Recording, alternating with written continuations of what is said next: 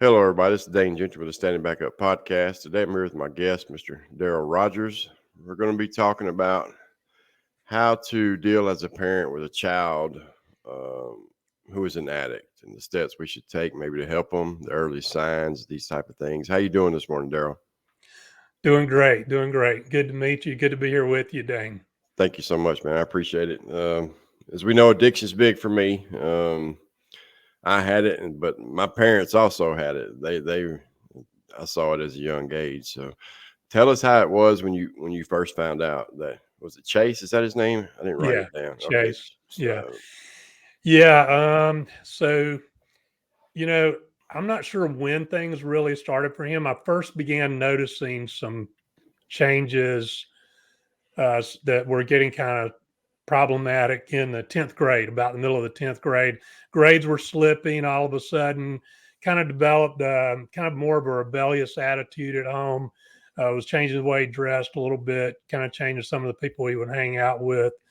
And he was failing one of his subjects. So that was kind of unusual for him. He was not like a straight A student or anything, but now all of a sudden, it seemed like he had an attitude. His grades were slipping. So we, during the middle of his junior year, we transferred him to a military school in Virginia. And my whole thought was, he was ADD, ADHD diagnosed early on. And I felt like that um, that the structured environment and the discipline would be good for him. And that, and I was right. I was right about that. It was good, and he was able to bring his grades up, and he was able to graduate, and so from that standpoint, it was good. But while he was there, he got into a little bit of trouble here and there. He was still kind of experimenting a little bit, and then when he got to college, that's when things really got serious. After first semester of college. did he start with like smoking marijuana, or is that what was first? Or drinking, maybe? Yeah. Yeah, yeah. I don't know which came first. I think they kind of came all together there, but it was marijuana and alcohol and just smoking cigarettes. All of that kind of seemed to just happen all at once, and then from there into experimenting with a few other drugs like Molly, things like that. Yeah. See, all that was after me. Mine started the same way, smoking the cigarettes, and then I believe me and my brother were talking about it the other day. I believe I smoked pot before I smoked cigarettes. I think I don't remember. I started so young, but like I said, it was around in my life. Everybody done it, and it was like, Right. and I Yep. mean, and I was like 9 years old. I mean, so I'm Mm. real young, and um, how would I know to done it? Because I saw everybody doing it. I didn't, did I really understand what I was doing? Probably not, but then I had an accident at 11, had some opioids, and the rest was history. Did he ever get to opioids, or was it just alcohol and those type of drugs? Yeah, to my knowledge, the best of my knowledge, I don't think he ever got to the opioids. He was running with the crowd there, near the end that he would have been eventually, Yeah. um, you know, but no, as far as I know, he never did. And then I saw also y'all seen him treatment one time, right? Yeah, yeah. I actually had an intervention for him right here in our home, and the intervention was successful at getting him into treatment, and he did get better. He went from he just like a 30-day program, which I always tell parents I recommend longer programs. I know they're expensive, but he went from that into a sober living environment, a halfway house. And he ended up bouncing around to several different ones, spent probably 9 months total in Florida before he came back home here. Florida seems to be the Oh, yeah. Yeah. treatment sober living home capital of the world. I was just talking to a guy. I'm in Nashville area, and we have started a sober living home here in program. A very nice one. We're going to keep it. We're trying to keep it very low on the amount of men that we have here. That way, we can work with them as much as we can on an individual basis. Versus having 10 or 12 people in a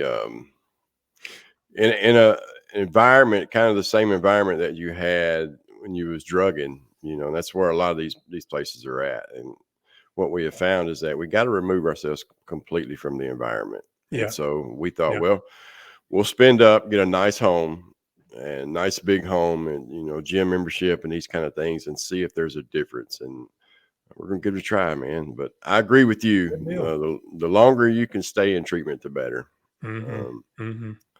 uh, but even then, man, it's up to us. Yeah. Yeah, for sure. We get all the tools, and I had them too. I went to treatment probably 10 times, I guess. Um, and then of course Wow. prison and all these different things. And for me, what finally got it for me was God. That's, Mm-hmm. we can go to the best treatments in the world. We can spend all the money in the world, but if we don't put God first, none of it's going to work. That's right. Yeah. How long did it take me to relapse after the treatment and all? About 9 months, and you know, I don't know. I mean, my thoughts on some of that have changed a little bit over time. I think maybe it was in a little bit of trouble with some of the people he was hanging with, or through them potentially. It seemed like there was somebody after him because Mm, he had come to me and said, "Look, I'm hanging really with a rough crowd again. I need to get away from these people. I'm moving." And he had taken a job transfer back to treatment, or to the area where he had been in treatment. mm. He knew somebody there that had a place he could stay. That was a guy that was in recovery. It was an older guy, and so he was planning to leave. And it was really um, the day he was supposed to leave is when everything happened. What part of Florida did he go to for treatment? If you don't mind me asking. He was in, let's see, I know he was in Deerfield Beach at one time, but I think that's where he was in the sober living homes. He was a little bit further north of there, and I can't Yeah, remember the name of the yeah. town right off the top of my head now. I was But in it was West all Palm. right in that Yeah, area. yeah. I was in the West Palm Lake Worth area, and Okay, that's man, a little farther south. there was treatment centers everywhere. I mean, it was just, and I can easily say 90% of them were all for profit. That's all it was about. It was money, Oh yeah, especially yeah. especially the sober living homes, and Mm-hmm. that's Mm-hmm. and even here where I'm at, there's a million of them, and that's what they are. But they all got Yeah. that reputation, and that's why we feel and know. Yes, we're spending a lot of money out of pocket, but it's going to be worth it because we're going to see Mm-hmm. people succeed, and it's not all about making the money. And um, You know, all of that it totally caught me off guard. I didn't know anything about addiction. I didn't know anything about the treatment process, or I was just a desperate father trying to save his son's life. And you know, I started learning really quickly, like some of the things that you're talking about. yeah, Um, Pretty sure there was some patient brokering going on there, and yeah, he bounced around to a lot of different halfway houses while he was there. And really, the last one that he was in, I felt like was a good one. It was the best one he had been in. I the other ones were really poorly run, most of them from what I could tell. Of course, he had an attitude a little bit too, but this last one, just talking to the guy there, the manager, he was a really good guy to talk to, and he always kept me in the loop on what was happening. And um, I liked it, but and he seemed to like it. But there was a girl that he met there that left, and well, he had actually met her in treatment and had invited her to that sober living home. hmm And when she left, he was ready to go, so he kind of did some things to make them mad at him and get himself kicked out. I wish I could tell you how many times I've heard that same exact story right there. I'm That's one of the sure. I'm sure. Yeah. That is the biggest mistake that I think Yeah. Florida makes is putting Yeah. men and women together like they do. Mhm. It Mhm. is a bad idea, and I agree. Yeah. no matter what they do in them treatment centers, there's going to be the hookups. It's going to Yeah. happen, Yeah. and that's when you can tell. Like I was in one down there, and I come in from work one night. I was actually working. I got a job at another treatment center, and I come in from work, and there's a girl in my room, and I'm like, where did you come from? She's like, oh, I just moved in, and I'm married, and my wife's in Tennessee, and I'm like, no, this is not going to work. And they're like, oh Mhm. yeah. So I called her, and she's like, well, you got to be kidding me. And I was like, they do it on a regular basis, and that guy had been in commercial real estate, and then just saw the money in it, and then decided, hey, I'm gonna start these sober living homes, and then here we go. But okay, so is that when he had the accident after he left from there?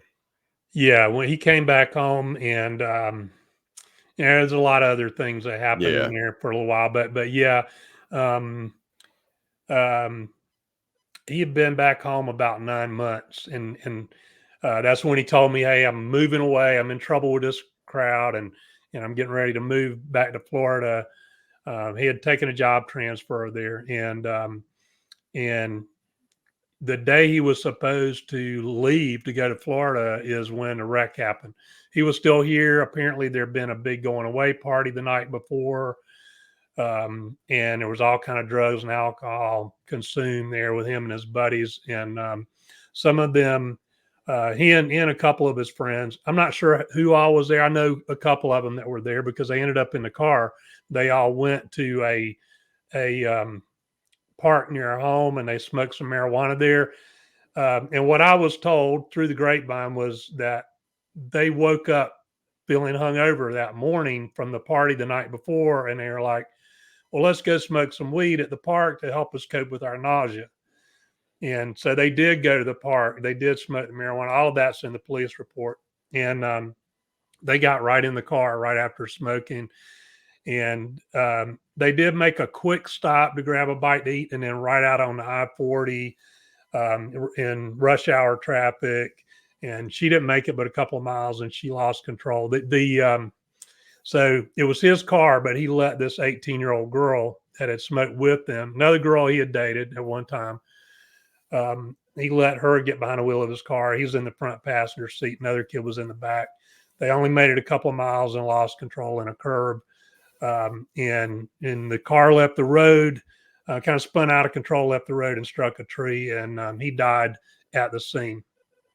when you say I-40, Tennessee, No, it's right here in North Carolina. okay, runs, I've yeah, driven I-40 from here up yeah, through yeah, Asheville on up into Tennessee before. yeah, Yeah, yeah, but it's, yeah, right here in close to where I live, close to the Raleigh area. It runs on down, to Wilmington. yeah. All Yeah. right, man. So, if you were talking to a parent out there, Mm. what would be the first sign you would tell them to look for in their child? Just as changing behaviors, or like, Yeah, that's everybody asks that question. It's kind of a tough one. Well, not everybody, but a lot of people yeah, do, and it is kind of a tough one because um, when you have a teenager, teenagers are going through a lot of changes in life yeah, anyway. yes, they are. You got all the hormones are raging, and they're trying to figure life out, and their brains getting all wired up, and everything is still not completely there. And they're trying to figure this whole thing out. So it's normal that they're going to be a little bit rebellious. I would say look for changes. Definitely the drop in grades, I think, was a big warning sign. And I knew something was up, but I didn't know what. And I was trying to get a handle on it. So yeah, drop in grades, drop in if they become disinterested in sports, if there Yeah, are other activities, which that didn't happen with our son, but I know talking to other parents, it does happen a lot of times. He was still interested in sports and still actively participating in sports. And I think when we got him to the military school, he couldn't use. I mean, there was things getting smuggled in. I have no doubt yeah, about it, but it was a little bit more difficult for him to be able to use there. So and he liked playing football. So I don't think there was a whole lot going on there. But yeah, but yeah, if they get depressed or if they want to isolate, again, not him, but I see it with other kids. Um, if and it can be if it's out of character for them, it can be one of the warning signs that the rebellious nature, hanging with a new group of friends, that can be a warning sign if it's out of character for them and coupled with other warning signs, Yeah.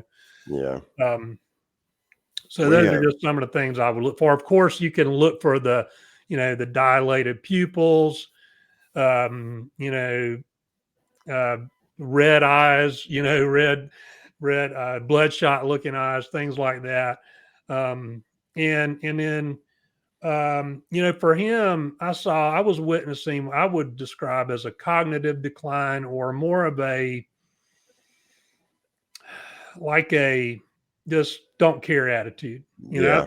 I think that's a marijuana thing more so than a lot of other drugs. It's just kind of a, "Oh, everything's cool, man. There's Mm, nothing to worry about. Everything's going to mm. be okay." And it's just kind of a laid back kind of attitude where, things don't really matter that should matter.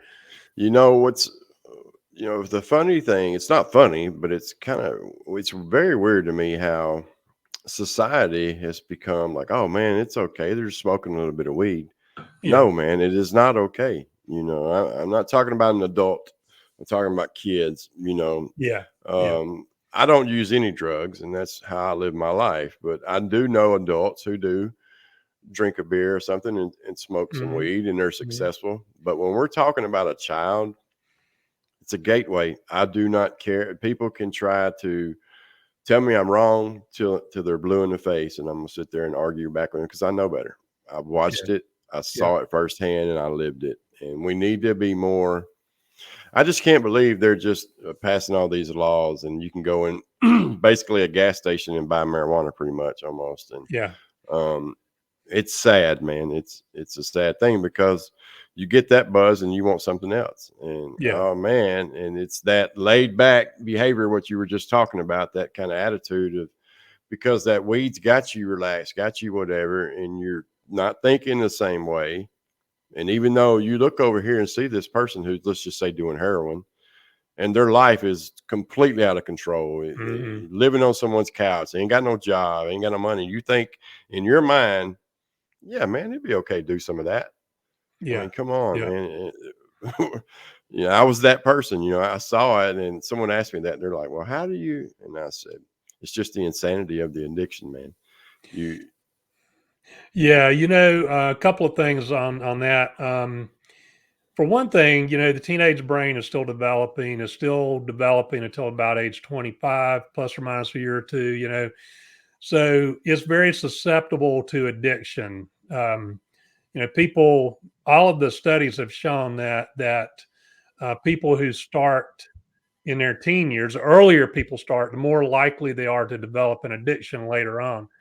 So if we can delay the experimentation or the use of those drugs until they're a little bit older, then and including alcohol, then we've got a much better chance at them being able to use it and experiment a little bit here and there without developing an addiction. Of course, it is a little bit dangerous, a little more so than when I was a teenager, obviously, to experiment now because you've got things like fentanyl out there, and drugs can be laced. I think most of that is usually accidental, just uh, people handling different drugs, and it just accidentally happens that they get some fentanyl mixed in there. But it can happen even with marijuana. I've heard of people smoking marijuana and it accidentally, it was laced with fentanyl. So it's a really dangerous thing for teenagers. And then the other thing is really, I graduated from high school in 1978, so okay, yeah, mhm, tells you a little bit about how old I yeah, am. But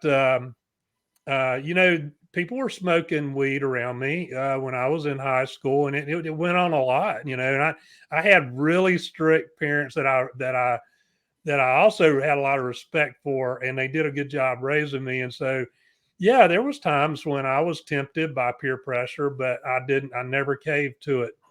Thankfully. But the thing I would say about it is knowing other people, and having friends now who did smoke back then, and just knowing what I know from studying is that the marijuana then, and really all the way up until the early, maybe even the mid 90s, the THC content was about 2 to 3% Yep. versus anywhere around 18 to 25% now, depending on what somebody's smoking. And that doesn't include all the other forms that they can get, like the dabs, the shatter, it could go up to 60% plus. And I mean, that's a huge leap. So it's much more addictive. And it can, I'm hearing of things from parents like cannabis induced psychosis, um, some of the other things like cannabinoid hyperemesis syndrome. I haven't heard of that one. I haven't heard of that one. That last one. Yeah. They will, and I'm sure it's related to the higher THC content, but they'll start to throw up, and they cannot stop unless they completely cease use of any cannabis products. I'm glad you just told me that, because I'm gonna say it on the air too. They're my stepchildren, but one's in the Marines and he's in North Carolina, and the other one is at home and he's 18. And a couple of months back, he admitted to his mom that he had been buying some of the vapes online, and of course made the promises. We're watching his bank account, his credit cards, and I promise I'm not going to do it. But you know me, I'm the drug addict and I'm the crafty one, and so I'm always going, I don't believe it. And now he's going through this throwing up phase, and we can't figure out what it is. And with what you just told me, I think, we have drug tests around, and I think it's time for him to get one. Neither one of our boys were any trouble at all. They had both, well, he's isolation, has always been. He was homeschooled since he was 11, and he pretty much stays in his room, does his things, and we didn't expect this to happen. Now, the older one, who was in the Marines, he experimented more because of his dad. Their father killed himself almost 2 years ago. And when he did that, the oldest one told us some things that I said was going on. Beth never would believe it. She didn't want to believe it. I found some things in his room, but then the drinking thing. And now being in the Marines, he's an alcoholic. I mean, and the dad was too. Let me say that. The dad, the grandmother, was on. And so it was all around him. But I'm glad you just told me that about that throwing up thing, because it makes sense to me with Caden now. Yeah. They tend to take a lot of hot showers. Oh, yeah. Because the hot showers, they will find out really quickly help relieve the nausea. And there's some science behind that I can't really explain, but you can look it up online, and you can find some things that'll help you understand that a little bit. But in fact, they will do it so much so that some of them will develop scars on their back from the burns from getting in a hot shower. Yeah. Wow, that is crazy. I remember I was just having a conversation about the potency of the marijuana, though. Like I was saying, when I was a kid, every now and then someone would be called skunk generation 1 or generation 2. Like, that was a high potent marijuana. And how I think it was hydroponically grown or something back then. Now that's what it all is. I mean, and everywhere we go, you smell it. And the last time I smoked was probably 8 years ago. I quit smoking probably a long time ago, but I got so paranoid from it, from where the THC levels were so high. And I think, how kids nowadays walk around, they all walk around with these hoodies on, man. It'd be 100 degrees outside. You think that has something to do with it? You think that's the marijuana doing it? I don't know. I just I wonder think if it could just be a fashion thing. yeah. I don't know, but yeah, you've got the cannabinoid hyperemesis syndrome, you got the psychosis issues, and I know parents personally, just through some of my connections, who have lost a child to suicide because of cannabis-induced psychosis. So a lot of people poo-poo that notion, and they think, oh, that doesn't happen. You're just imagining it, but yeah, it does happen. More frequently than people realize. And then there's the whole impaired driving issue. If they're, and you can see what happened to our son. I mean, if they're smoking marijuana, they're probably smoking it pretty often, and they're probably high. They're probably driving impaired. Yeah. And if they do that long enough, they're going to end up in a wreck. Yep. You're Um, right. Without so a doubt. Caden can't drive anyway. He's the worst driver I've ever seen in my life already. He doesn't drive a lot, and um, thank God that he doesn't.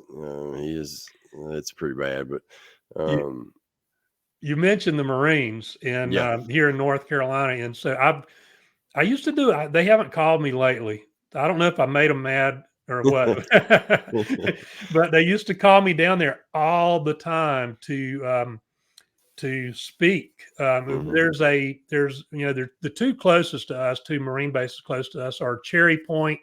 I want to say I've been to Cherry Point once to speak, but the other one is um, it's right on the tip of my tongue. Lejeune, Anyway, Camp Lejeune. Camp Lejeune, yeah, Yeah, that's Camp where Lejeune, David yeah. is. Yeah. I've Mhm. been there a lot to speak over the years, a lot. And I speak some at in Fayetteville also to at Fort Bragg. Mhm. I have a military background too. I was Army National Guard 12 years, but Thank you. yeah, yeah. There's a lot of issues with the marijuana, and we got 420 coming up. Yeah, And man. I used to be an old fuddy duddy, kind of guy, and I'm not like that anymore. I understand addiction. I Yeah. understand why people. I didn't used to. I understand how people. Um, I got a pretty good idea. I've never Yeah. had to deal with it myself, so I can't walk in somebody else's shoes who's been there. But I do understand a lot better than I did, and I have a lot of empathy for people who are going through that. Um, and I'm not against somebody having a good time, you Right. know, and even if somebody, like you're talking about adults that want to use marijuana. Well, I think it's a mistake, Me too. but if that's what they want to do and they do it in a responsible way and they don't get on the roads impaired, you know, okay, but let's keep it out of the hands of minors, you Without a know, doubt. and give them a chance for their brain to develop before they are exposed to it. Yeah. That's my big thing with that. Yeah, I agree 1,000,000%. Mine, you can see, I was already smoking the weed very regular, and I got hit by a truck when I was 11 walking home from school. And Mm, mm, so I kept having to have these surgeries. And when I was 15, they had to drill into the mastoid, the bone back there behind my ear, and do some draining. And they gave me a Vicodin ES pain pill. Um, and so my addict brain was already running. And as soon as I took that pill, man, the rest was history. And then everything just spiraled out of control so fast. And there I went. And it took me a long time because it just seems like everything just built up, built up, built up, built up. And then I got sober and I just thought, hey, man, everything's fine. I'm sober. And then boom, all that stuff hit me. I stayed sober, but I had to get through um, dealing with the real reasons of why I was using and what was going on. mhm, mhm. That's what we need to try to get to, man. The root causes, what Yeah, we're doing. I think a lot of people are dealing with trauma, and trauma can be it's different things for different people, right? Yeah. What's a traumatic experience for one person might not be for another. And I think people automatically go to, oh, if it's trauma, this has to be abuse at home, child abuse or something, and that's not. There's so many other things that can be trauma for for it could be a kid in a school play standing on the stage and they mess up and they're embarrassed in front of everybody. That could be a Yep. traumatic experience that somebody just it just destroys their confidence. You know what I mean? And Yep. they don't ever bounce back from that. So there could be a lot of different things for different people, but you brought up the opioids, the wreck and everything. That does bring up something for me in Chase's story, where there's a little bit of a parallel there. And I've always wondered about it, but there's no way to know for sure. When he was an Eagle Scout, and Hmm. when he was still a Life Scout. He was helping a friend of his with his Eagle project, and their family had a big farm, and out there on the farm they had some go-karts that were like off-road type go-karts, Mhm. and they let him jump on the go-kart. I'd been on them before. He'd been on them before. It was not a big deal, you know. He was buckled in with a 5-point restraint, had a helmet on, it's got a roll cage, all of that. So you think, how much safer can you get, right? Yeah. But with it being off road, it's got a little bit higher CG. So he's doing these power slides, and he hit a hard piece of ground, and it just rolled on him. And when it did, his arm the centrifugal force kind of threw his elbow out like that, and his elbow smacked the ground, and it just shattered his arm Mm. just from really just above the elbow all down into his forearm. Mm.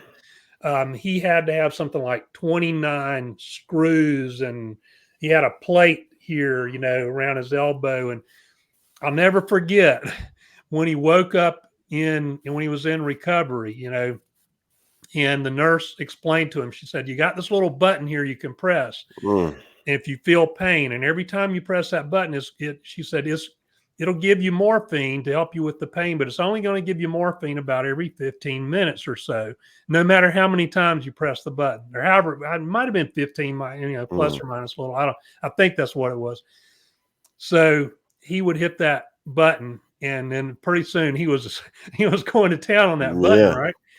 And I've always wondered, you know, I probably would have been doing the same thing, but it was really not too long after that. It was really the next year, or yeah, I think it was the next year, maybe later that year, where I began noticing these changes in him. And I've always wondered if there was a connection there. Now, he never experimented with the opioids to my knowledge, but my whole thing is, well, that gave him a big shot of dopamine, right? Yep. And even though he didn't go to opioids, he was using other things to help boost that dopamine. I think Which, you're dead on right, without a doubt. so, I mean, there's always that possibility. And then there's a correlation with ADD, ADHD diagnosed kids. And he was on a low dosage of Concerta. We always tried to keep it low. He was having a hard time functioning in the classroom without it. So there's that too, you know. Um, but anyway, yeah, you just made me think of that.